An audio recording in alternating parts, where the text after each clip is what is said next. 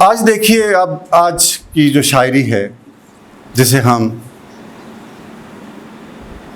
پتہ نہیں جدید کہتے ہیں یا نئی شاعری کہتے ہیں یا پتہ نہیں کیا کہتے ہیں، بہت سارے نام ہیں، لیکن اس شاعری میں ہمیں یہ سہولت ہے کہ ہم شعر پڑھتے ہیں اور بس شعر ہم پہ کھل جاتا ہے. جیسے آپ کسی کو SMS کرتے ہیں، میسج بھیجتے ہیں کہ میں آ رہا ہوں، تو بس شعر بھی ایسا ہے کہ میں آ رہا ہوں، وہ آ رہی ہے، وہ جا رہا ہے. اب نئی شاعری میں نظریہ شعر مفقود ہے، لیکن محمد اظہار الحق صاحب کے ہاں ایک مکمل ضابطہ ہے.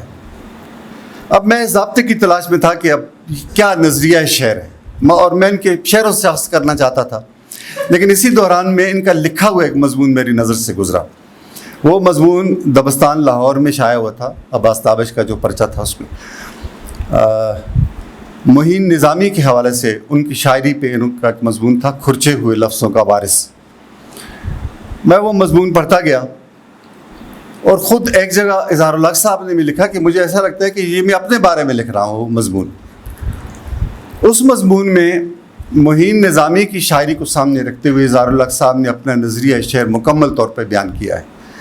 اگر آپ اجازت دیں اور تو میں وہ نکات جو ان کی اس میں مضمون میں تھے، وہ میں نے کچھ ان کے اور کچھ اپنے الفاظ میں 5-7 نکات ہیں.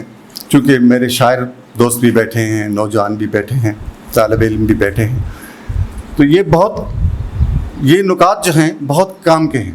انہی نکات سے آپ ان کا نظریہ شعر بھی میں نے بھی اخذ کیا، اور آپ بھی سمجھ سکتے ہیں کہ شاعر کس نظریے کے تحت شاعری کرتا ہے. ایک بڑا شاعر، میں ہر شاعر کی بات نہیں کر رہا.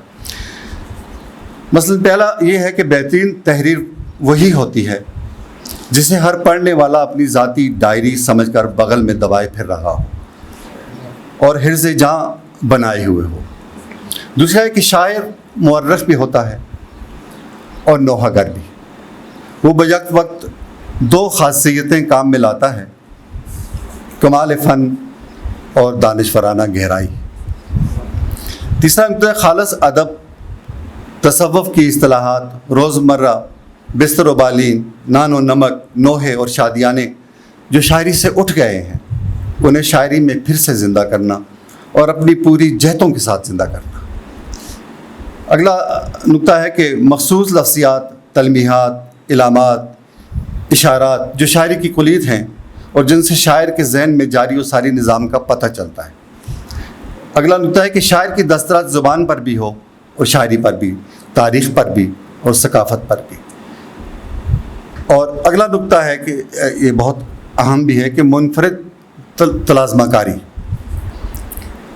اگلا 7واں نقطہ ہے کہ شاعری کے ساتھ دیہی اسلوب حیات کا بھی نظر میں رہنا کہ یہ ہماری اصل ہے.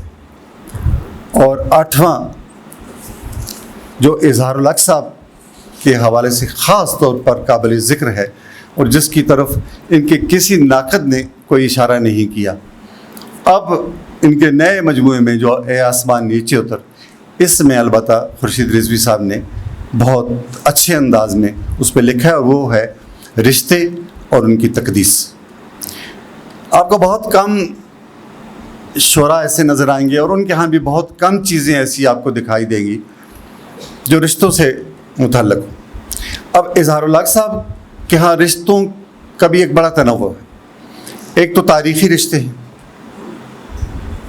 تہذیبی رشتے ہیں، مذہبی رشتے ہیں، پھر خاندانی رشتے ہیں، پھر دوستوں کے ساتھ رشتے ہیں، ذاتی.